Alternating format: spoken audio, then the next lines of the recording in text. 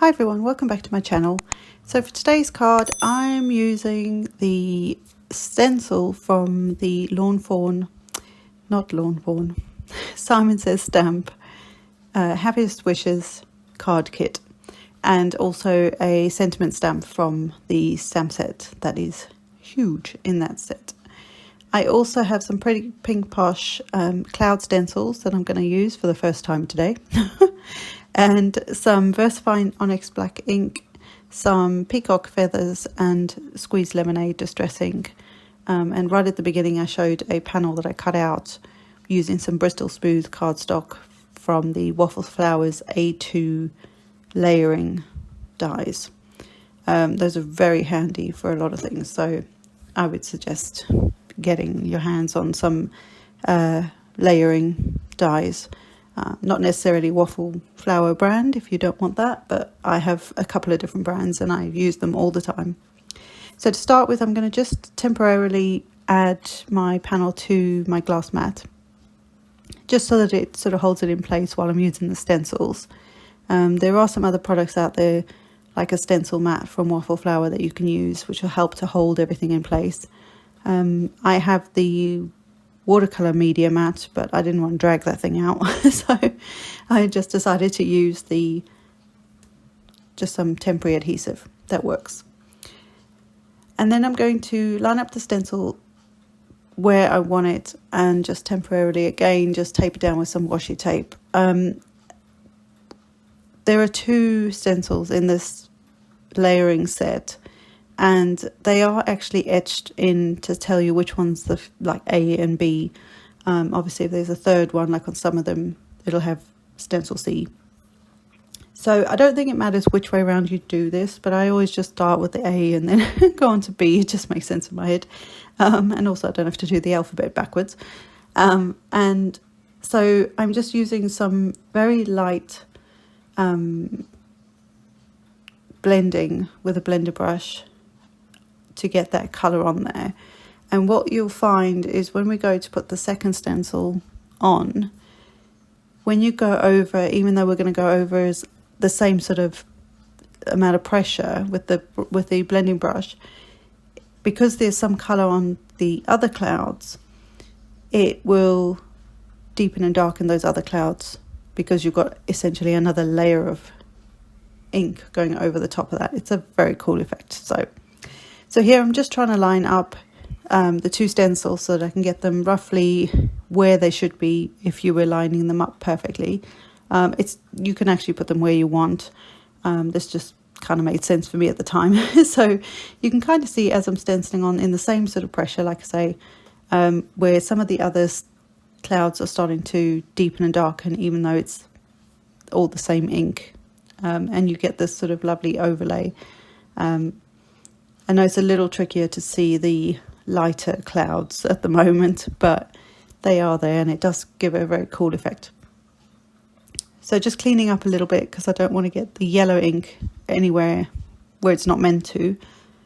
So just cleaning up around my my panel. And now I'm going to take the stencil, the sunburst. I think that's what it's called.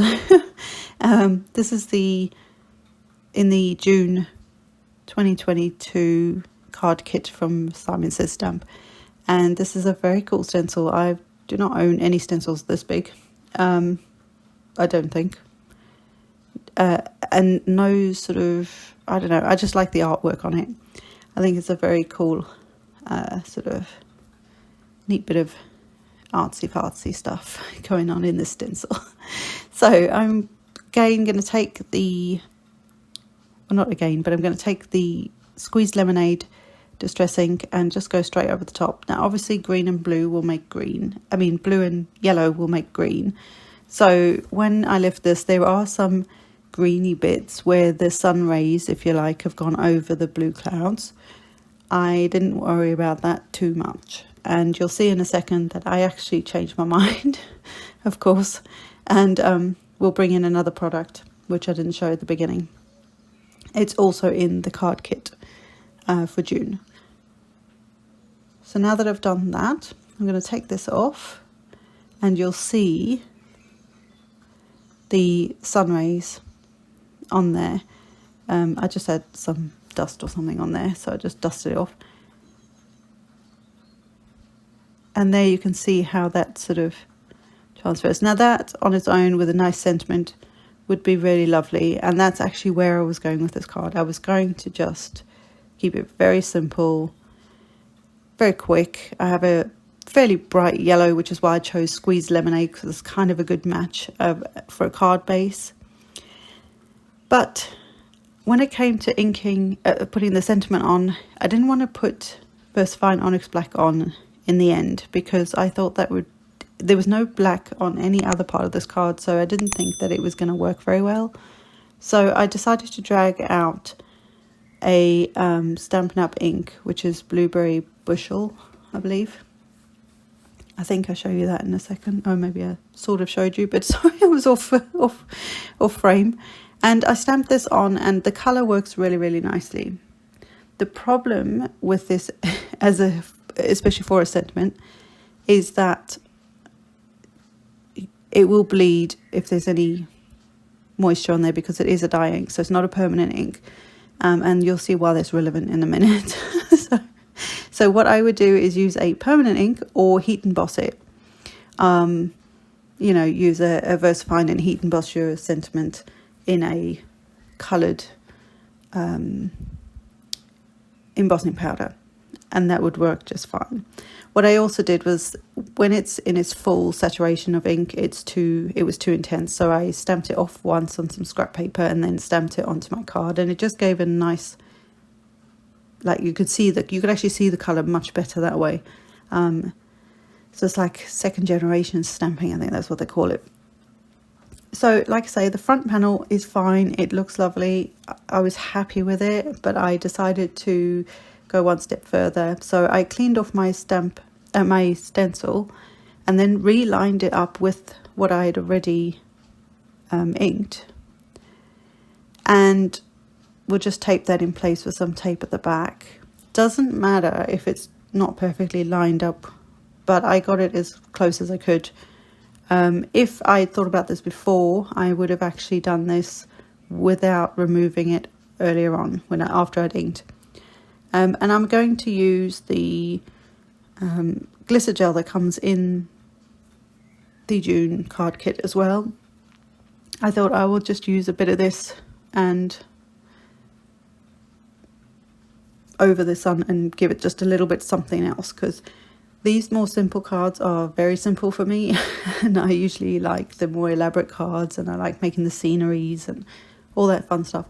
So this was kind of weird for me to do something this simple, but I think if you're just starting out, or if you've lost your crafty mojo, sometimes a really nice, quick and simple card is nice to do, because it just gets you back in the game. And yes, but this is why I say we should have used a permanent ink on the sentiment, because as I'm putting this gel through, the gel is wet, so it will take time to actually dry off. The gel reacts with, you can see some of the bleeding happening under the stencil on the sentiment. So note to self, make sure you use a permanent ink if you're going to do something like this. I didn't even think about it at the time. The stenciling with the gel was a kind of an afterthought. And I'm glad I did it, but obviously the sentiment's a little bit messed up now, so but not horrendous. And I'm just going to go with it. I'm not going to redo the card. I'm not going to do any of that, but you can see there's a little bit of bleeding going on there. I think I got it off quick enough so that once it dried, it's not as obvious. If I'd kept going with the gel for a lot longer, it probably would have made that much more worse. That's not English.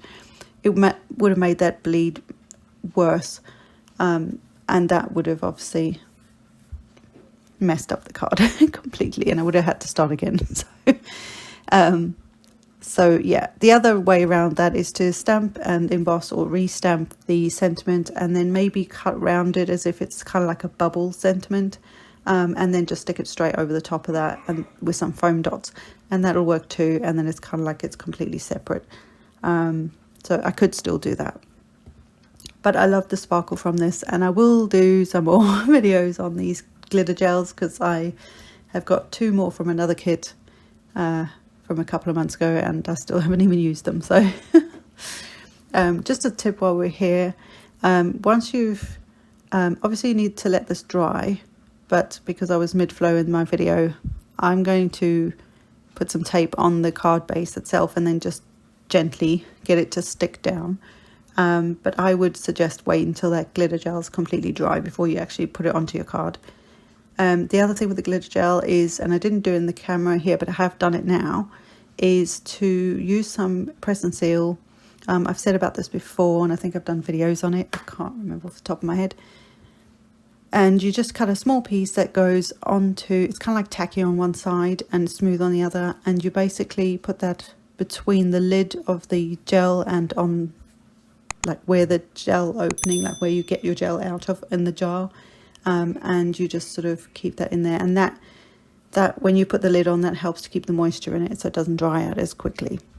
So I hope you've enjoyed this, guys. I hope that I will see you in the next one, and I'm back to doing some voiceovers, which is a miracle. So bye for now.